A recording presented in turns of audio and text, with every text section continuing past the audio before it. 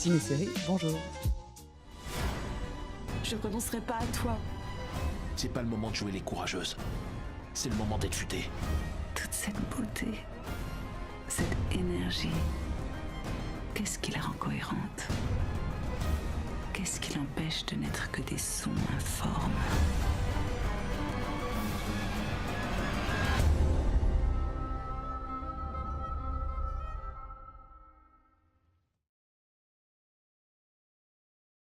Zalbat Mangli et Brit Marlin me disent voilà, on est en train d'écrire cette partie 2 pour DOA et on pense à un personnage qui viendrait expliquer pas mal de choses dans la série, qui viendrait comme un personnage un peu multidimensionnel. Et voilà, et on aimerait bien que ce soit toi parce que on a pensé à plusieurs films pour orienter un peu cette partie-là. Et on a pensé, entre autres, à Trois couleurs rouges, alors tout d'un coup, de Kieslowski. Et donc, de me demander à moi, ça leur paraissait complètement tout à fait dans le clin d'œil de ce qu'ils avaient envie de lancer comme dynamique, d'atmosphère dans cette partie-là.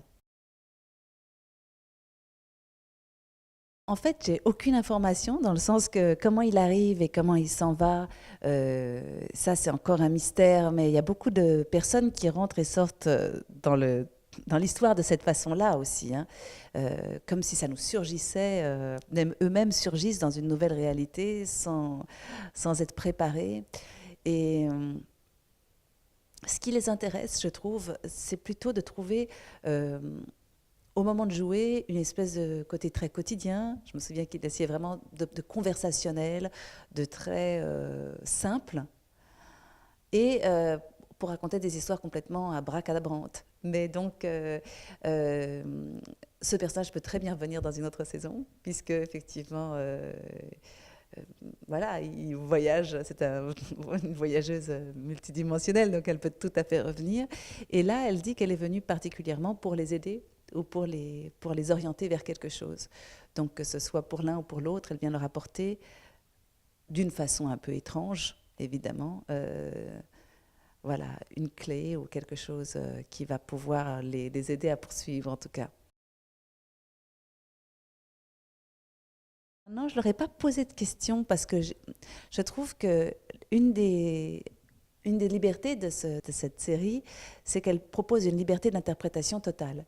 Elle propose quelque chose et effectivement, il y a des moments où on comprend, d'autres qu'on ne comprend pas et ça ne nous dérange pas, comme si finalement, elle offrait une grande part au spectateur de venir y projeter lui-même son rêve. Et du coup, je trouve qu'on ne sort pas de cette série avec des questions, enfin pour moi, même si elle soulève des choses complètement improbables.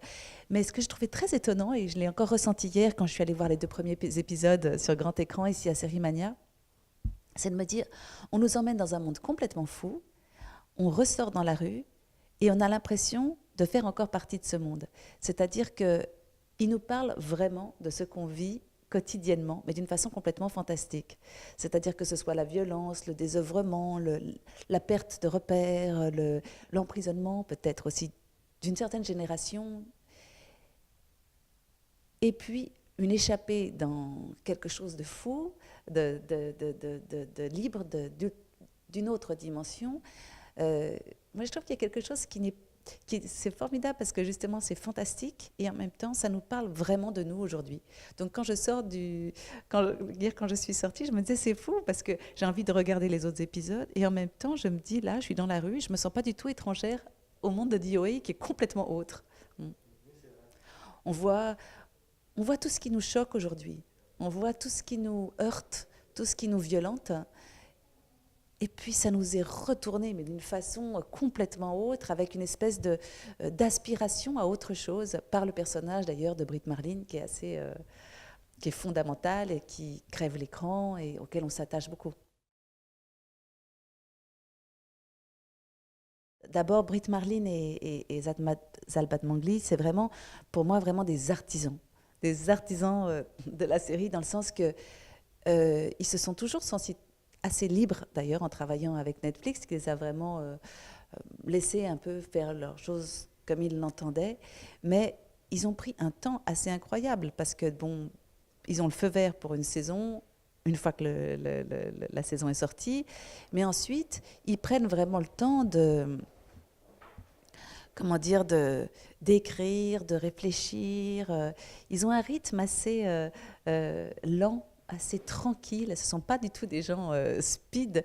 Et je dois dire que ils font ça de façon très artisanale.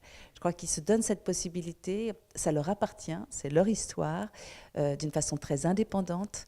Je crois que c'est ça aussi qu'on sent, c'est vraiment la fantaisie de deux êtres qui se connaissent très bien, qui ont déjà fait des films aussi ensemble avant ces séries, et qui se racontent des histoires de façon un peu très sincère et complètement folle, et en même temps avec beaucoup de... une envie d'appartenir à aucune case, aucun format, de se libérer finalement d'un monde trop formaté, et voilà, d'oser des choses avec beaucoup de fantaisie. Donc oui, ça prend du temps. Et ça, ce temps, j'ai vraiment pas l'impression qu'ils vont y renoncer. Jamais on a envie. Enfin, je sens que ils n'ont pas envie qu'on les presse. Ils ont pris beaucoup de temps pour le montage. Il y a une façon de faire les choses. D'ailleurs, Zal, il est d'origine iranienne. Je trouve qu'il a quelque chose de très perçant, tranquille, dans sa façon de parler. Et Brit aussi. Ils sont des gens très, très posés, très tranquilles, très à l'écoute. C'est très agréable d'aller voir travailler.